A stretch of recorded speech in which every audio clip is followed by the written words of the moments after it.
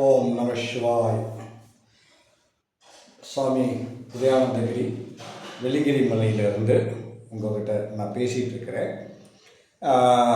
நாம் போன முறை அந்த கதையை பார்த்திங்கன்னா நம்ம தட்சன் அப்படின்னு சொல்லி நம்ம அந்த கதையை நம்ம நிறுத்தியிருக்கோம். அதாவது நாரதர் மாமுனிவர் இந்த மலையை தட்சிண கைலாயம் அப்படின்னு சொல்கிறாங்க அப்படின்னு நிறுத்தியிருக்கோம்.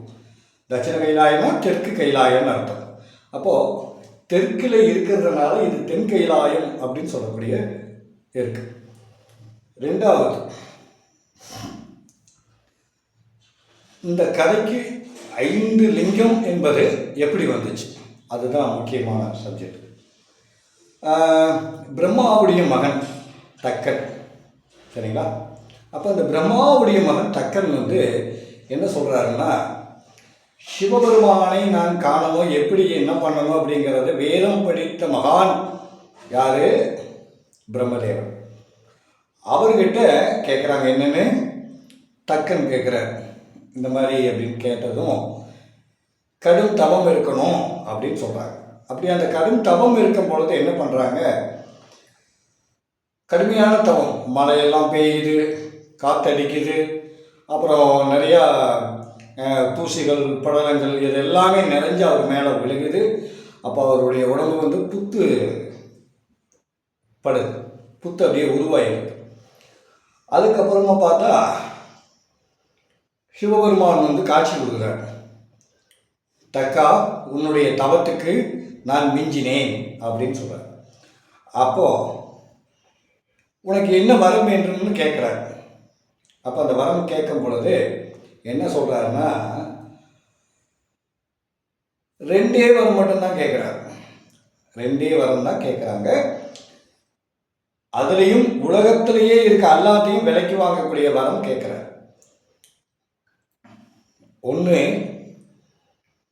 உலகத்தில் இருக்கும் அனைத்து தேவர்களும் நான் சொல்வதை செய்யணும், எனக்கு அதான் ஏவல் செய்யணும் அப்படின்னு சொல்லி அவங்களுடைய வார்த்தையில் குறிப்பிடுவாங்க.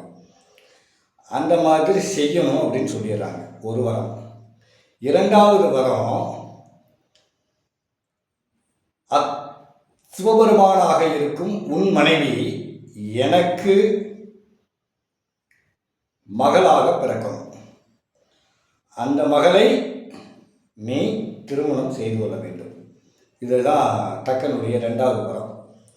இந்த வரத்தில் கேட்டிங்களா, இந்த 2 வரத்தில் டோட்டல் உலகத்தையும் வாங்கிடுறார். சிவபெருமான் வரையில் வாங்கிடுறார்.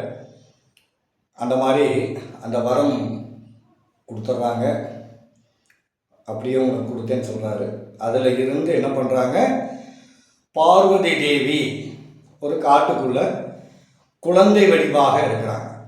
அந்த குழந்தை வடிவாக இருக்கிறதுனால அந்த குழந்தைய தக்கனும் தக்கனுடைய மனைவியும் காட்டுக்குள்ளே போயிட்டு இருக்கும் பொழுது அந்த குழந்தை கிடைத்தது.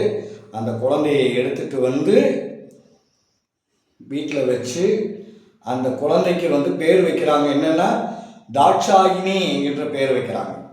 அந்த தாட்சாயினி அந்த பேர் வச்சு என்ன பண்ணுறாங்க, வளர்த்துறாங்க.